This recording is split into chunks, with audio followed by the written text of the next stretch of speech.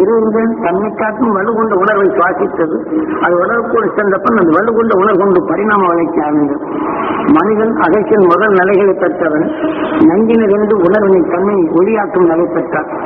ஆகவே துருவத்தின் நிலையை எட்டி நுகர்ந்தான். அதன் உணர்வின் தன்மை தனக்குள் வருவதும் உண்மையை உணர்ந்தான்.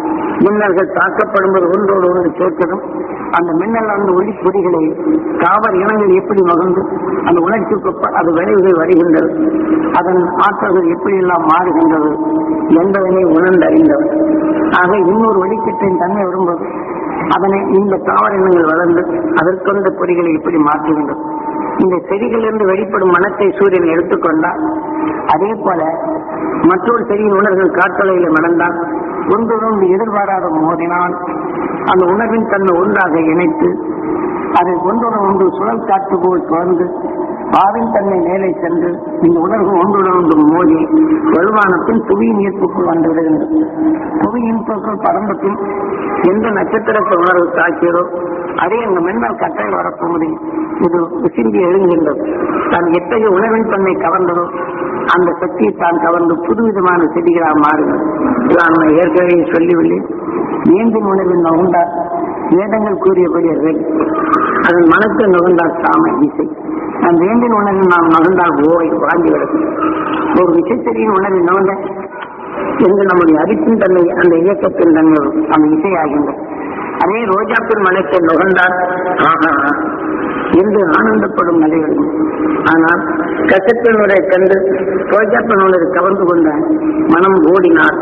இசைத்தின் தன்மைகள் மோதியத்தின் தாங்காது அதை சிக்கின்ற நிலைகளே அதை ஒன்றுக்கொன்று மோதி தொடரும் தன்மை வருகின்றது.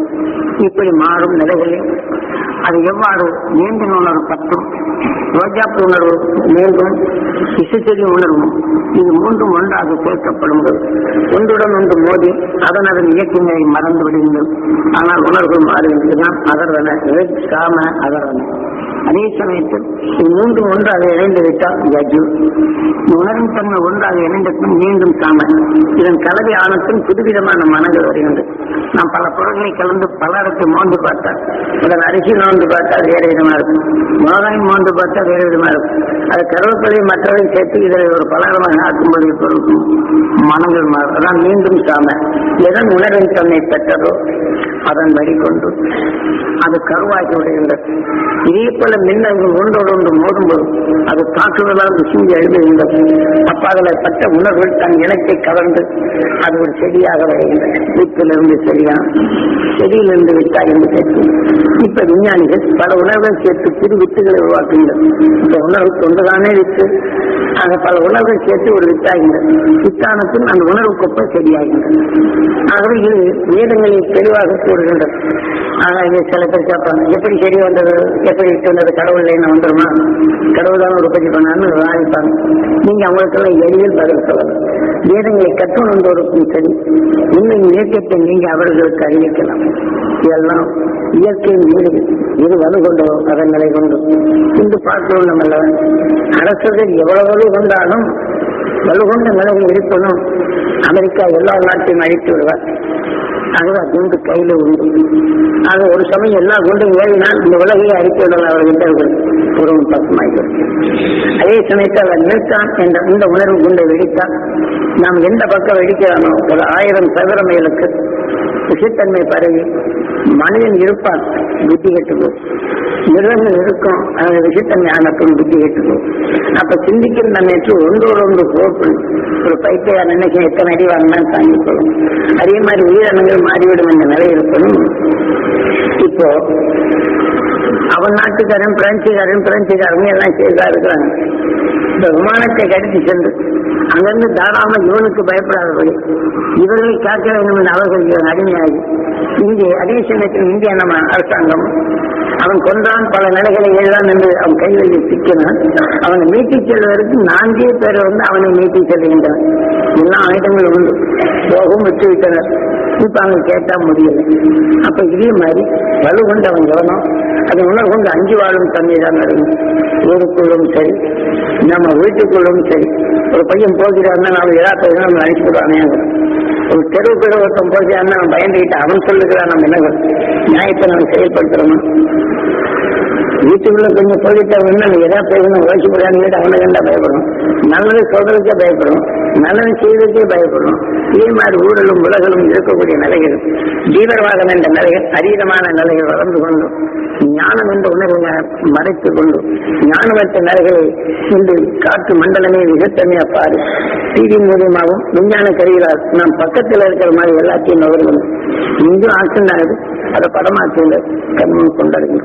எங்கேயோ கடலுக்குள் ஆழமாக நடக்கின்றது, சில விபரீதை செய்து அதுக்குள் மூழ்கி அதுக்குள் லைட்டுகளை போட்டு அந்த விபரீத நிலைகளும் கண்டுணர்ந்து அவனை செயலாற்றினார். ஒவ்வொரு உயிரினங்கள் என்னென்ன செய்கின்றது என்ற நிலையை வெளிப்படுத்தி உணர்த்துங்கள். அவன் உயிரையும் பயண வைத்து விஞ்ஞான அறிவின் துணை கொண்டு ஒவ்வொரு உயிரணுக்கும் இயக்கம் எவ்வாறு இருக்கிறது நாம் எல்லோரும் பார்க்கின்றோம். நான் பார்க்கறதுக்கு வாய்ப்பு இல்லை, ஏதாவது முன்னாடி இந்தியா பொங்கல் உட்காந்து பார்த்துருவீங்க. அதனால இதெல்லாம் நீங்க வீட்டுல இருந்து கூட பாக்குறீங்க. அங்க நடக்கும் அதிசயங்களும் அவன் வெளிக்கொண்டு உணர்வலையிலும் நாம் நுகர்ந்தான் அதே உலகின் ஆற்றல் வருகின்றது. அங்க பயமறுத்தும் நிலையும் பயம் அந்த நுகரும் அந்த காட்சிகளை காணும்போது அதிசயமாக இருக்கும். அது உணர்வுகளும் நமக்கு ஏற்படும். இப்படி எல்லாம் வருவோம். இதை போன்ற உண்மையை அந்த அதிசயம் வாங்கியின் இயக்கத்தையும் அதை புதைக்குள் கலந்த பின் தாவர இனங்களின் உணர்வையும் அறிந்தான். காரணம், அவருடைய தாய் தந்தைகள் கடன் விஷயங்களிலிருந்து தப்பித்துக் கொள்ள இத்தகைய நிலை செய்தது. அவன் தாய் கருவிலே இருக்கக்கூடிய குழந்தைக்கு பூர்வ புண்ணியம் ஆயிடுச்சு. இப்ப நம்ம வீட்டுகள் இருக்கிறோம் என்று வைத்துக் கொள்ளும். பக்கத்து வீட்டுல 2 பேர் சண்டை போட்டுக்கிறாங்க. 1 to 90 நாளுக்குள்ள இந்த கருவில் இருக்க போகும்போது சண்டையோட வேடிக்கை பார்த்தால் போதும் தாய். அதே உணர்வு கருவிலை விளைய செய்து வீட்டிலேயே அடிக்கடி அவனே உடைக்க வருவான். குழந்தை பருவத்தில் நம்ம உடைப்பான் தாயை, அது இருக்கிற எல்லாத்தையும் உடைப்பான். இந்த உணர்வு நிகழ்ச்சி நடக்கும். ஆனா ரோட்ல போகும்போது அந்த 90 நாளுக்கும் ஒரு வலிப்பு வந்து கீழே விழுந்து விட்டான். அந்த உணர்வின் தாய் நுகர்ந்தான். அந்த குழந்தைக்கும் அந்த வலிப்பு வரும். அதே சமயத்தில் இரத்த குறைபாடு இருந்து அது தாய் கர்ப்பத்திலிருந்து பார்த்தால் கருவிலே இரத்த குறைப்பு வருகின்றது. இதே பல சக்கர சத்து வருகின்றது. நாம் உற்று பார்த்த உணர்வு தாய் கருவிலே இது விளைய போகும்போது அது பூர்வ புண்ணியமாக மாறுகின்றது. இதை போன்ற நிலைகள் எல்லாம் இருந்து நாம் மேலன்மா இல்லையா? ரோட்ல போனா தும்மல் வருது, துணி போட்டு மறைச்சிக்கிறோம், கொஞ்சம் அடங்குது. அப்ப மேல அழுக்கப்பட்டா துவைச்சிடுறோம், குளிச்சுக்கிறோம், கையை கழுவிக்கிறோம். இதே போன்ற நிலைகள் நாம் எடுக்கணும் அல்லவா? நாம் பலவிதமான உணர்வு நமக்குள் வித்தாக ஊன்றினாலும் இவை அனைத்து நம்ம ஆன்மாவா முதல்ல மாறி இதை எடுத்து சேமித்து வைத்துக் கொள்ளும். நம் உடலில் உள்ள குணங்கள் எது உணர்ச்சி உண்டுகின்றதோ அதை நுகரும் போது நம்ம உயிர் கேட்டும் அந்த உணர்வு வரும். தனக்கு ஒரு சிலர் கொஞ்ச நேரம் சும்மா இருப்பாங்க. அந்த காரமான உணர்ச்சி கொண்டு அந்த அணுக்களுக்கு பசி எடுத்த உணர்ச்சி உண்டுனா நம்ம அறியாமலே நம்மளுக்கு கோவம் வரும், அந்த உணர்ச்சி வரும், அந்த பதட்டங்கள் வரும். இப்ப காற்று மண்டலத்தில் இருக்கும் இந்த எல்லையை பூமியில் விளைந்தால் அந்த வித்துகள் தன் தாய் சக்தியின் சத்தை கவர்ந்து அது வரைகின்றது. இதே போல பலரை நாம் உற்று பார்க்கிறோம். கண்கொண்டு பார்க்கும்போது அவரை பார்த்த பின் ஊர் விலை என்ற வித்தாக நாம் உடல்களிலே பதிவாகி விடுகின்றது. பதிவான பின் தான் அவர் உடலிருந்து கோபமோ நோயோ வெறுப்போ சங்கடமோ சலிப்போ இதே போன்ற பல உணர்வுகள் வெளிவருவதை உற்று பார்த்த உணர்வு ஊர் விளைந்த வித்தானத்தில் அதன் உணர்வின் தன்மை நம் ஆன்மாவாக மாற்றி அதை சுவாசித்து நம் ரத்தங்களில் கலந்து அதன் உணர்வின் தன்மை கருத்தன்மை அடைகின்றது. அதனால்தான் ஈஸ்வர லோகம் என்று நம் உயிரை காட்டி அது ரத்த நாணங்களிலே கலக்கப்படும் போது இந்திர லோகம் என்ற காரணத்தை அடைக்கும். ஆனால் இந்திரம் என்ற இந்திரியம் கருவினுணர்வை உருவாக்கும் அந்த கருத்தன்மை அடைவதைத்தான் இந்திர லோகம் என்ற காரணத்தை அடைக்கணும். அதே சமயத்தில் இப்ப நிச்சயம் சில நேரங்களில் இப்ப சில பேருக்கு குழந்தைகளே என்று சொல்லுகின்றார். ஆகவே நுகரும் விஷத்தன்மையின் உணர்வு நம் உடல் உள்ள அணுக்கள் அதை பெற்றுவிட்டால் அவங்களுக்கு குழந்தைகள் உருவாகும் தன்மையை இழந்து விடுகின்றது. ஆகவே தான் நுகர்ந்த உணர்வுகள் எப்படியோ அதற்கு தக்கதான் நல்ல உணர்வை வளரவிடாமல் தடைப்படுத்துகின்றது. கோபத்தின் தன்மையும் எல்லை கடந்து அது சொல்லுகின்றது. இதை போன்ற நிலைகள் எல்லாம் இருந்து நாம் விடுபடுவதற்குத்தான் அந்த அகசியம் பெற்ற இந்த உண்மையின் உணர்வின் தன்மையை நாம் எப்படி காத்துக்கொள்ள வேண்டும். பலவிதமான உணர்வுகள் வருகின்றது. இவையெல்லாம் நம்ம ஆன்மாவாக மாறிவிடுகின்றது. இப்ப நாம் சந்தோஷமாக போறோம். அது போகும்போது ஒருத்தன் கோபத்துடன் ஒருவன் தாக்குகின்றான். அந்த உணர்வின் தன்னை பதிவாக்கி நம் உடலிலே ஊன்வினை என்ற நிலவு விட்டாக்கிட்டு கண்ணுடைய சேர்ந்த காந்த புலன் அந்த உணர்வை கவர்ந்து நம் ஆன்மாவாக மாற்றுகின்றது. அந்த ஆன்மாவாக மாற்றியத்தின் என்ன செய்கின்றது? இங்கே வந்த பின் அந்த கோபத்தின் நிலைதான் முன்னாடி இருக்கின்றது. நம்ம இங்கிருந்து சிந்தித்து செயல்படும் தன்மையும் தெளிவான மனதுடன் சென்றாலும் கண்ணாடி பார்க்கும்போது நமக்கு நல்ல முகம் தெரிகின்றது. கோபம் என்ற உணர்வின் தன்மை நம் ஆன்மாவில் பட்டால் நமக்குள் நம்முடைய எண்ணம் நம்ம சீராக தெரிய முடியாத நிலைகள் நம்மளை மறைத்து விடுகின்றது. இதே போல வேதனைப்படுத்தும் ஒருவன் முகந்திருந்தால் நமது நல்ல மனது கண்ணாடியில் அழுக்கு தூசிப்பட்டது போல ஆகிவிடுகிறது. ஆன்மாவை தூய்மைப்படுத்தணுமா இல்லையா? உடல் அழுக்க போக்குறோம், துணி அழுக்க போக்குறோம்.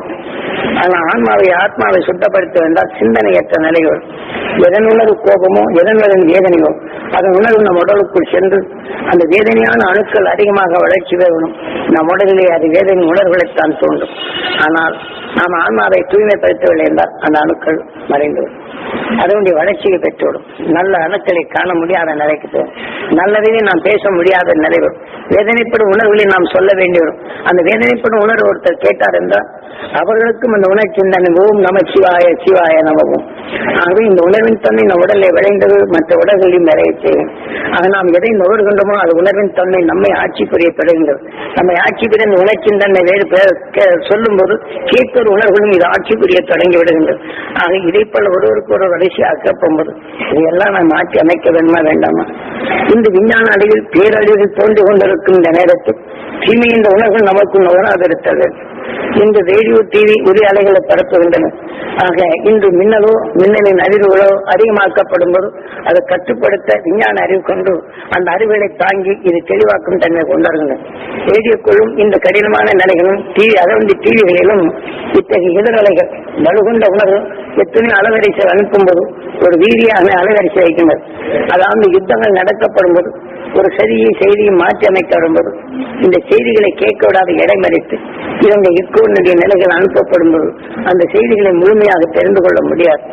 இதே போல இந்த விஞ்ஞான அறிவை செயல்படுத்தும் போது அதையும் தெளிவாக்கள் எதிர்மறைகளை விட்டு இதை அடக்கி அந்த உண்மையின் இயக்கங்களை அறிகின்றனர்.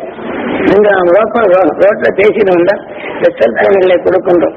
இதை வச்சு பேசப்படும் போது ஒருவருக்கூட ரகசியமா பேசிக்கொள்வோம் என்று நாம் நினைக்கணும். செல்போன் நண்பர்கள் அங்கே வாங்கி வைத்திருப்பார். அந்த செல்போன் உரியவர் யார், எந்த செயல் இருக்க நோட் பண்ணி வச்சுக்கணும். அப்ப நாம எந்த செய்திகளை அனுப்பப்படும் போது அந்த செல்போன்களை இடைமறித்து இதனுடைய நிலைகளை தனக்குள் எடுத்துக்கொள்வார். அப்ப இவர் நடக்குதோ செல்வதற்கு முன் பிடித்து உள்ள இப்படி விஞ்ஞான அறிவு தெளிவாக இருக்கின்றது. அதே போல ஆக இன்று அரசாங்க நிலையில் பிடித்துக் கொண்டாலும் செல்வத்தை எடுத்துக்கொண்டு போறேன் ஒருவருக்கு ஒருவர் பேசிக்கொண்டு நீங்க ரோட்ல போகும்போது சாதாரண மனித நேரத்து இந்த செல்போன் உண்டு.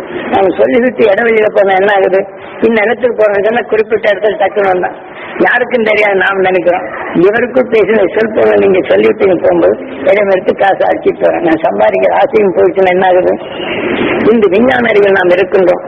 இதை போன்ற நிலைகள் எல்லாம் நாம் தப்புவது எப்போது ஏன் வல்லமா? ஆக இந்த உடல் நீடித்த நாள் இருப்பதில்லை.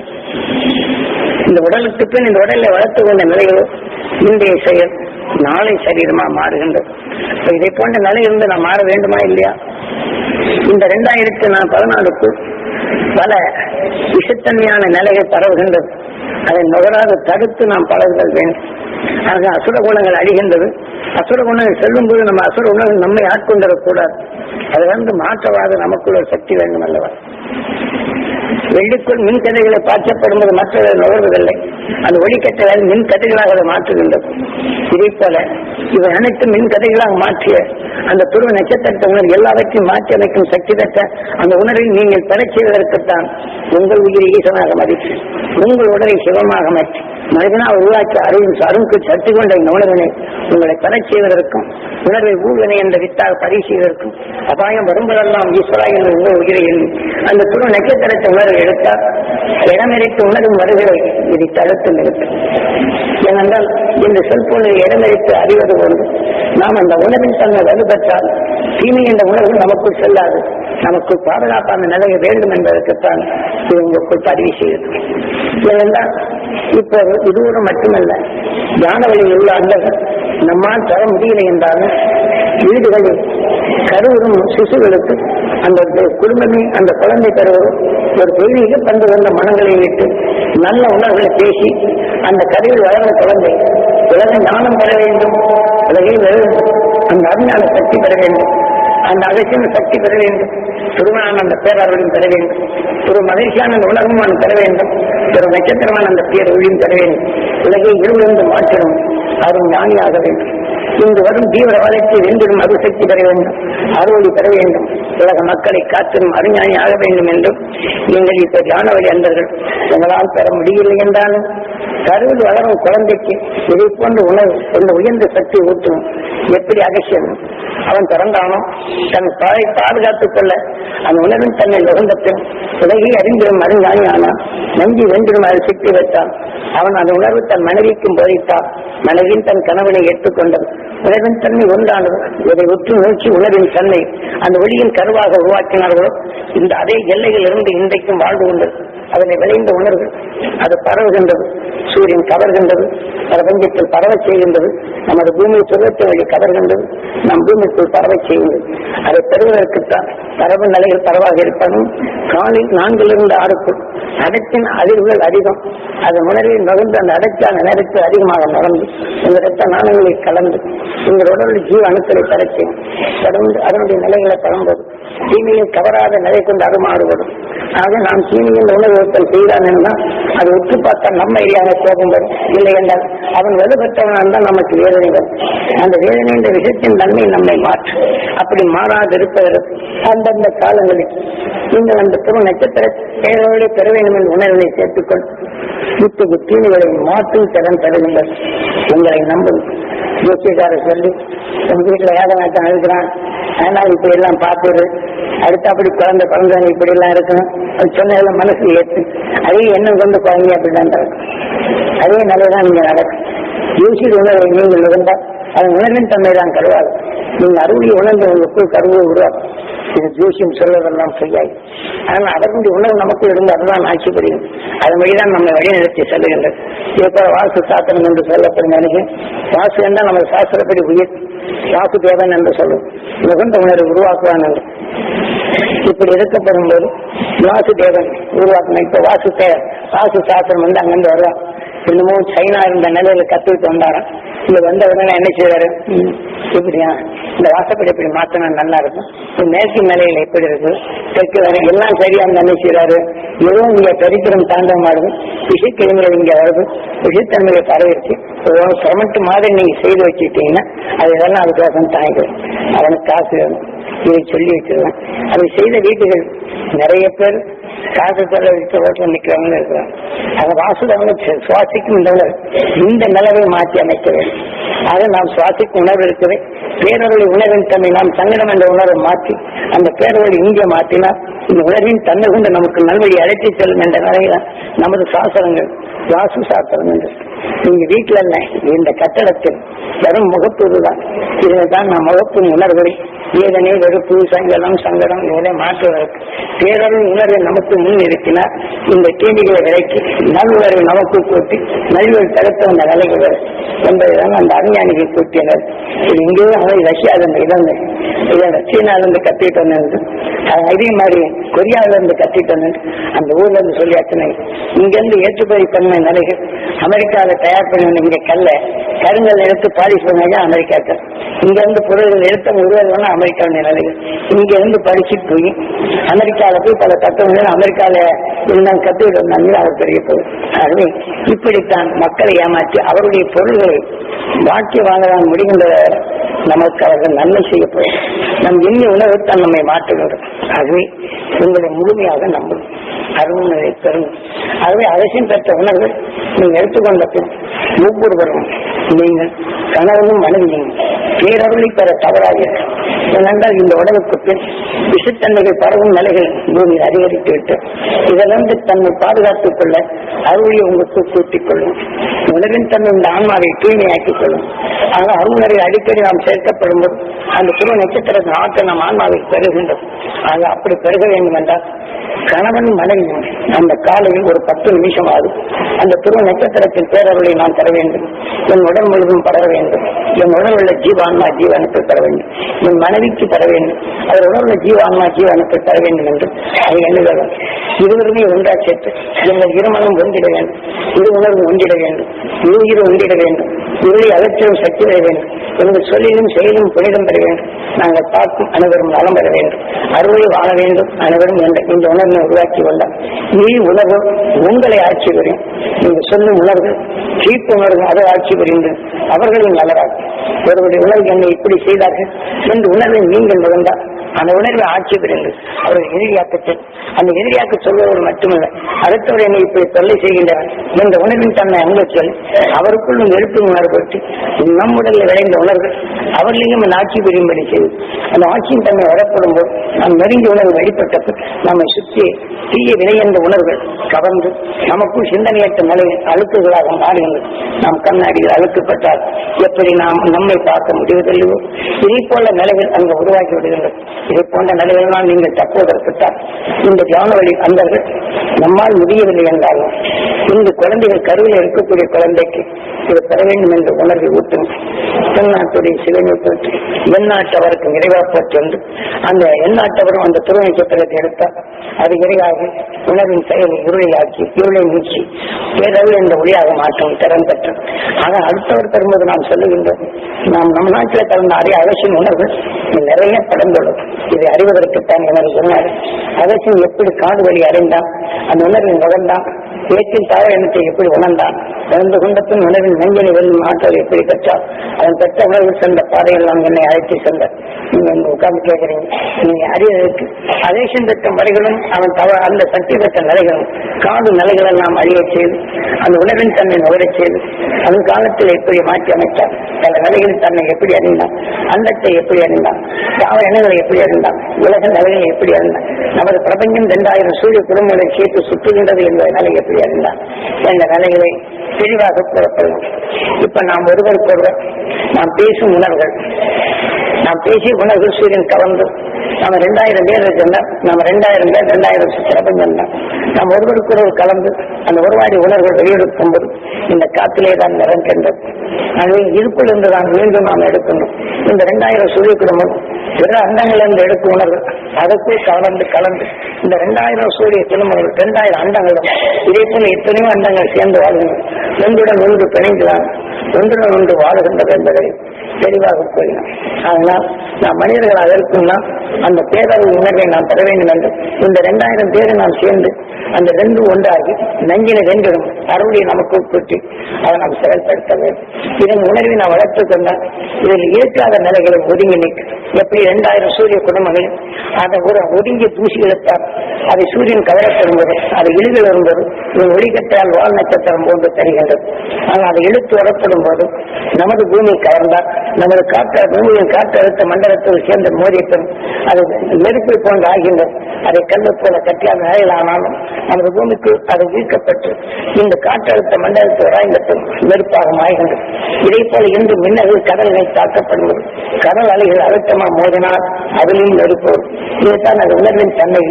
அதில் மனமாக மாறி ஒருங்கும் நிலையை ஹைட்ரஜன் என்ற நிலையை அழுத்தத்து அது மோதும் வெப்பங்கள் எப்படி வருகிறது. அழுத்த நீரின் தன்மை காற்றழுத்தம் மாறியிருக்கும். இது வெப்பங்களாக ஹைட்ரஜன் கொண்ட நிலை நீர்நிலை கொண்டு உருவாக்கப்பட்டால் இன்று விஞ்ஞானி இதை போன்ற விஞ்ஞானிகள் கண்டுபிடிக்கும் உணவின் தன்மை அந்த விஞ்ஞானிகள் கண்டனர். விஞ்ஞானம் கண்டுபிடித்தாலும் மனித உடலுக்கு உகந்ததல்ல. இந்த உடலின் தன்மை தான் காக்க முடிகின்றது. ஆனால் காக்க முடியும் என்று எண்ணுகின்றான்.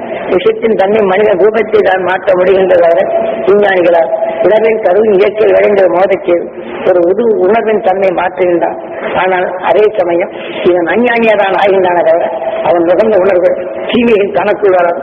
பேரழிந்த உணர்வினை அவனுக்கு வளர்க்கும் தன்மை இல்லை. இப்ப பேரருளியின் தன்மை பெற்றவன் அழகின் பெற்ற உணர்வினை இன்று துரு நட்சத்திரமானத்தில் அதை பின்பற்றி சென்றோர் அனைவரும் இன்று துரு நட்சத்திரத்தின் ஈர்ப்போட்டத்தில் இன்றும் வாழ்ந்தும் வளர்ந்து கொண்டுள்ளார்கள். ஆகவே அதை போன்று நாம் இந்திய நிலைகள் நாம் எடுப்பு உணர்வுகள் தினம் காலையில் அந்த துரு நட்சத்திரத்தின் பேரவையும் பெற வேண்டும் என்றும் நாம் தியான வழி அன்பர்கள் அனைவரும் இது பெற வேண்டும் என்றும் ஒருங்கிணைத்து இந்த உணர்வினை நாம் சொல்லப்படும் போது இந்த உணர்வின் வலிமை பெற்று இந்த வலிமையான உணர்வு இந்த காற்றில் இருக்கும் நிலைகளை நாம் தியான வழி நண்பர்களுக்கு தகுந்தபட்சம் பிற நிலைகளை நாம் கவர்ந்திருந்தாலும் இந்த உணர்வு ஒருவருக்கும் நாம் செல்லும் இந்த உணர்வுகள் வளர்ந்து இதை காலை 6 மணிக்கெல்லாம் அந்த துருவ நட்சத்திரத்தில் அதாவது சூரியன் இதை கலந்து செல்கின்றது. எப்படி 2000 சூரிய பெருமை ஒதுங்கிய பூசிகளை சூரியன் பக்கம் வருவதை எடுக்கின்றது. இதே போல நம்ம 2000 பேர் ஒருவருக்கொருவர் நீங்கள் அந்த துருவ நட்சத்திரம் பேரவையை பெற வேண்டும் என்றால் பகுதிருக்கின்றோம். அந்த வலுவின் தன்மை நாம் சொல்ல வந்தது நமக்கு வரும் தீமையை இது நகர்ந்து வெளியே வந்து வருகிறது. யாரும் இருக்காத நண்பர்களே அங்கே சார்ந்து காலை சூரியனை எடுத்து செல்லுகின்றது. நம் ஆன்மாவும் தூய்மை ஆகின்றது. சிந்திக்கும் ஆற்றலும் தருகின்றது. நமது மூச்சலை காற்று மண்டலத்தை தெளிவாகின்றது. இதே போல எடுத்துக்கொண்ட இந்த உணர்வு சில நிச்சத்திரத்தின் ஆற்றலை கருவில் வளரும் குழந்தைக்கு இது பெற வேண்டும் என்ற கூட்டு இருப்பவர்கள் ஒரு விரதமாக வைக்கிறது. அந்த அறுவடை பெற வேண்டும், இலை காய்ச்சல் மருஞானை வளர வேண்டும் என்றும் கர்ப்பமற்ற குடும்பங்கள் எல்லாம் ஒரு விளக்கினை ஏற்றி வைத்து காலை 4 மணிக்கெல்லாம் அல்லது 4 அல்ல இருந்தாலும் 4 இருந்து 6 இதே போல அந்த கருவுற்ற தாயும் அந்த அலுவலர் பெற வேண்டும். இந்த கருவில் அளவு தகுந்த அஞ்ஞான சக்தி பெற வேண்டும். இலையை காற்றின் அஞ்ஞானம் வேண்டும் என்று வாயார் சொல்லுங்கள். தியானித்து வச்சு அந்த கருவில் வளரும் குழந்தை இலையை காக்கும், உங்களின் காக்கும், ஊரையும் காக்கும், உலகின் காக்கும். நாங்கள் இத்தகைய விஷத்தன்மையிலிருந்து மீண்டும் அது ஞானிகளாக போகும்போதும் உங்களை காக்க வரும் அசுர உணர்வு. ஏனென்றால் இங்கு தவறுகள் செய்வதன் இங்கு அதிர்வன் நிலையை தீவியை பார்க்கின்றன. உணர்வின் தன்மை ஆனத்தில் நமக்குள் அச்சுறுத்த உணர்வுகளே வருகின்றது. இதை போன்ற நிலைகள் எல்லாம் இருந்து நீங்கள் மீள்வதற்குத்தான் இதற்கு உங்களுக்கு ஒவ்வொரு நிமிடமும் ஒவ்வொரு சந்தர்ப்பத்திலும் எது எவ்வாறு எதனுடைய சேர்த்தப்படும் அதன் உணர்வுகள் எப்படி மாறுகின்ற உண்மையை அடிக்கடி உங்களுக்கு சொல்லி வரும்போது இது உங்களுக்குள் தெளிவாகின்றது. இந்த உணர்வின் தன்மை நீங்கள் வளர்க்க வேண்டும். மறந்துடாதது கதையில் வளரும் குழந்தைக்காக ஞானத்தை நீங்கள் வீட்டிலிருந்து உருவாக்கும். அந்த அருணர்வு பெற வேண்டும். அவன் வளர்ந்தான் உங்கள் பெயரில் கிடைப்பான். அவன் ஞானத்தை கெடுக்குவான். உலகத்தின் சக்தி அவன் தருவான். அவன் மூச்சின் பேச்சும் உங்களை நலமாக்கும், உங்க வீட்டிலும் நலமாக்கும், உங்க ஊரிலும் நலமாக்கும். இப்படி அருள் ஞானிகளை நாம் உருவாக்குற வேண்டும். அப்போதான் உலகத்தின் விஞ்ஞானத்தால் வரும் அஞ்ஞான வாழ்க்கையில் விடுபட்டு விஞ்ஞான வாழ்க்கைக்கு நாம் அழைத்து செல்லும்.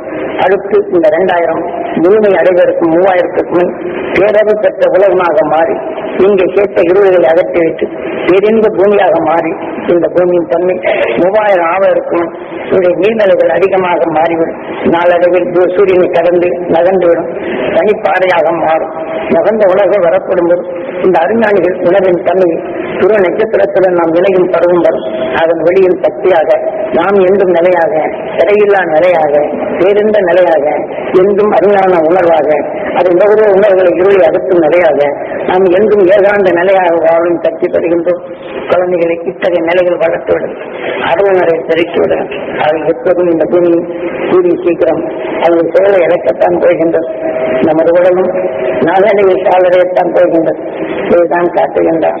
அதாவது ராமன் எத்தனையோ நிலைகள் செய்தாலும் அவன் எத்தனையோ போர்கள் செய்தாலும் சீதா என்ற சொல்கள் மகிழ்ச்சி என்ற உணர்வானாலும் அவன் ராவனிடத்தில் அது சென்றத்தும் ராவணன் அவன் எப்படி தொட்டுவிட்டானோ உலக மக்கள் எப்படி பேசார்கள் அக்னி இறங்கி நீ வர வேண்டும் என்று காட்டுகின்றான். ஆக அவன் செயல் எப்படி இருந்தாலும் ராமன் கடவுள் என்று எண்ணினாலும் தன் மனைவின் நிலையை அறிந்திருந்தாலும் பிறர் மக்களுக்காக நான் செயல்படுத்துகிறேன் என்று இப்படி ஒரு கற்பனை கதைகளை கட்டி விடுகின்றன. ஆனால் அதே சமயத்தில் இதையெல்லாம் நீக்கி வந்ததும் மீண்டும் என்ன செய்கின்றான்? சீதாவை வீடு விட்டு வந்ததும் அதிலேயும் ஒரு சந்தேகம் வந்துவிடுங்க.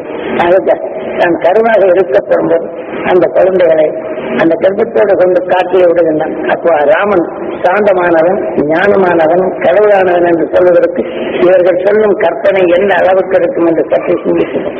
ஒரு கர்ப்பிணியை காட்டுக்குள் அனுப்பும் போது அவர் வேற வழி இல்லாதபடி அவன் சொந்தத்தை எந்த வால்மீகி சொன்னானோ அந்த வால்மீகி ரிஷியிடமே அங்கிருந்து அவன் கடந்தான்.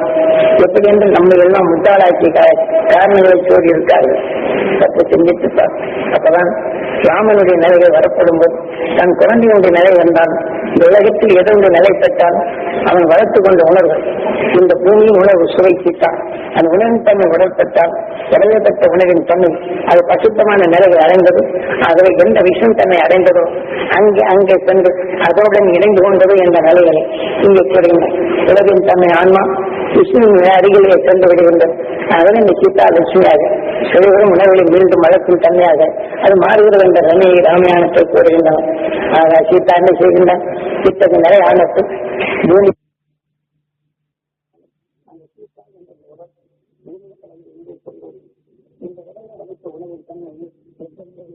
மீண்டும் அந்த விஷ்ணுடைய இப்படி அடைந்ததான் இன்று நேற்று சென்ற ஒரு நட்சத்திரம் விஷ்ணு அது உலகின் தன்னை உடலில் தந்தாலும் நாம் தலைமையின் தன்னை ரத்த வேண்டும். நாம் வீட்டுக்குள்ள உணர்வு வெற்றி வெற்றியை வீட்டு இந்த சில நட்சத்திரத்தின் உணர்வை இயற்றுவதுதான் உணர்வு.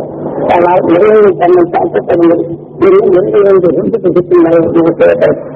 பிறகு மனிதனாக தன்னை காட்டும் அறிகின்ற உணர்வை தாக்கி தாக்கி தாக்கி அதேமாதிரி வலுவற்ற வலுவற்ற மனிதனாக்கத்தில் தீவிர அகத்தில் உணர்பட்ட அதனால் பல கோடி உணவை சேர்த்து கூடி பறந்து என் உடலை வர்ணிக்கின்றன என்பதான் அதே சமயத்தில் நாம் அனைத்தும் இந்த உணவின் தன்னை வெளியாக்கி இந்த உணவின் தன்னை எந்த மண்ணில் தோன்றும் இந்த மண்ணிலே அதை அறிவித்து அழைத்த உணவின் தன்னை வெளியிலே கொண்டு அந்த உணவை வெளிப்பட்டவரை சமைத்து எடுத்து உணவை கொண்டிருக்கும் அந்த பொருள் நிஜப்படமாக மாறினால் அதிலிருந்து வரக்கூடிய உணவின் தன்மை நாம் பெற்றார்.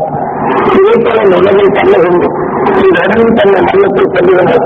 அது அழகுரை ராமனுக்கும் பரசுராமனுக்கும் அந்த பலகையில் உணவை சேர்த்து நாம் சமப்படுத்த உணர்வெடுத்ததான் அல்ல.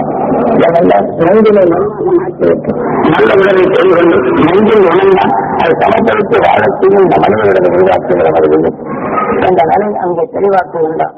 ஆனால் அதே சமயம் இன்று நமக்கு தெளிவாக்கு உணர்வு அதுக்கு இந்த உலகின் தன்மை ஒளியாக மாற்றி திரு நட்சத்திரமான உயிருடன் வந்து ஒளியின் சரீரமான ஆகவே எங்கிருந்து உயிர் பெற்றதும் இந்த உலகின் தன்மை உடலை மாற்றி உலகின் அறிவின் தன்மை இணைந்து வாழ்கிறது என்றுதான் ராமாயணத்தில் தெளிவாக கூறுகின்றார். சற்று நீங்கள் ராமாயணத்தை படித்தார் அதற்கு எடுத்துக்கு ஒரு மூலப்போர் அதாவது வான்மீக காட்சியார் அறுவடைப்படி நீங்கள் படைத்து அதன் உடன்தான் உண்மை இயக்கத்தை நீங்கள் அறிந்து கொள்ளலாம்.